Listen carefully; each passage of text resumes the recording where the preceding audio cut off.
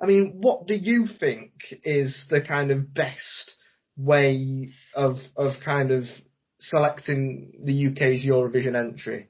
I think because there does seem, over the last few years, there does seem to be a rejuvenation in watching the final of Eurovision itself in this country. It's kind of become a cult thing. It's always been a cult thing, but it's kind of just become a little bit more popular again. I don't like BBC telling us this is your song, this is your singer. Mm-hmm. I don't like that at all. I think that the voting public need to be involved to keep their interest.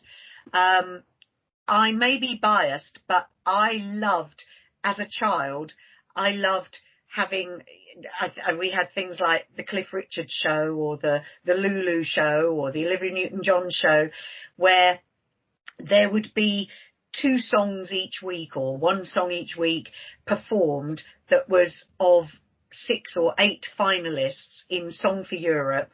And then the final week, they'd all be sung. And the audience would get to vote on their favourite number. It used to be, in the early days, it was one sort of act that would perform all the songs.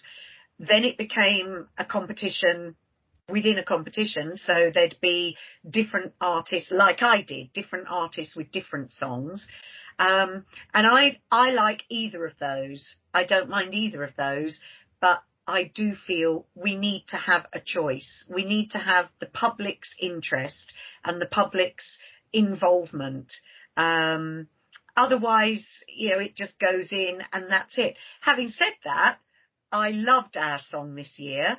I mean, bless his heart, James Newman did a fantastic job for us. I loved Embers. I think it's a great number. But yeah, I'm just not a fan of the broadcaster saying, right, we've chosen the artist and here's their song. There's no excitement there. There's just no excitement.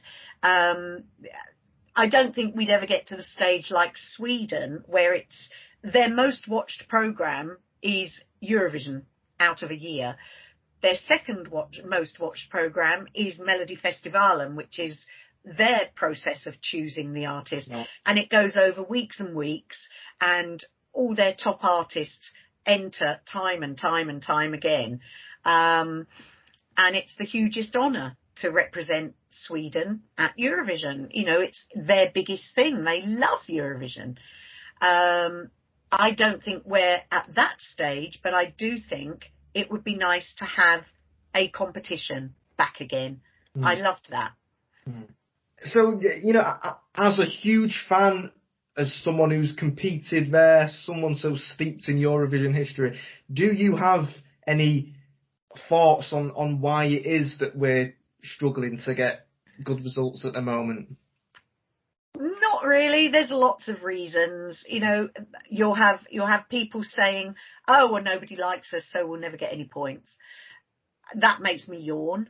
There's another thread that, and I would go along with this, that the last few years, other countries spend a fortune on the staging of their performance. And we kind of let it, what did we have? 2 white, great big polystyrene trumpets this year on the stage. It just didn't compute with all the graphics. I hate the ones where they're using a green screen and they've got all the graphics going, but it seems to work a lot of the time. I loved it when it was all about the song, but there is a little thread of me that says, but you have to move with the times. I did like this year's show very much because, in the face of adversity, they put on a fantastic show. And I think they came back a little bit from all the technological sort of stuff on stage. They brought it back a bit, so it was a bit more normal. There are so many reasons. A lot of people say, oh, the UK just doesn't think it needs to try. Maybe there's an element of that. But that's unfair on the performers, because the performers try their hardest. It's a big, big deal to all the performers that go to Eurovision. You know, it's a huge honour to represent your country at anything. But there is a kind of snottiness sometimes with certain people that work for the setup. So who knows? But, you know, I still firmly believe we can win again. People always say, we're never going to win. Nobody likes us. Nobody votes for us. And that has been statistically proven to be untrue. We get votes. We just, the way it's done now with the 12 down to 1 and then the audience vote. I mean, I love that. The excitement of the 2 different votes, I think, is phenomenal. But, you know, with James this year getting 0 points, there were a couple of countries, I believe, that did place him 11th. So he would have got points if he'd just got a few more, you know, and you can always go along with that. But, you know, in the old days, people were saying Western Europe will never win it anymore, you know, because it's now over in Eastern Europe. And, you know, you've had the Balkans all sort of like split up. So they've each got their own votes.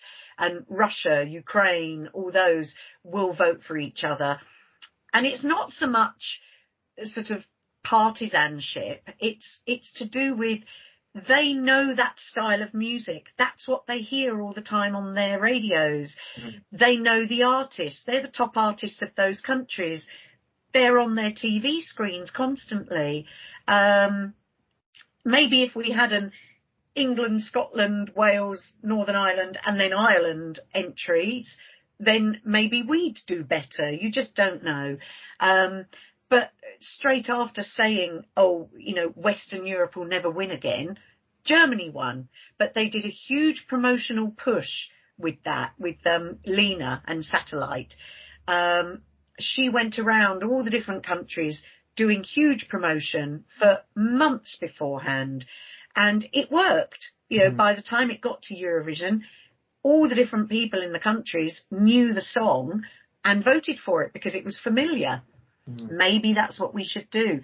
When Jade Ewan was our representative, they put her on a bit of a promotional drive, and we ended up 5th. So, you know, it can happen.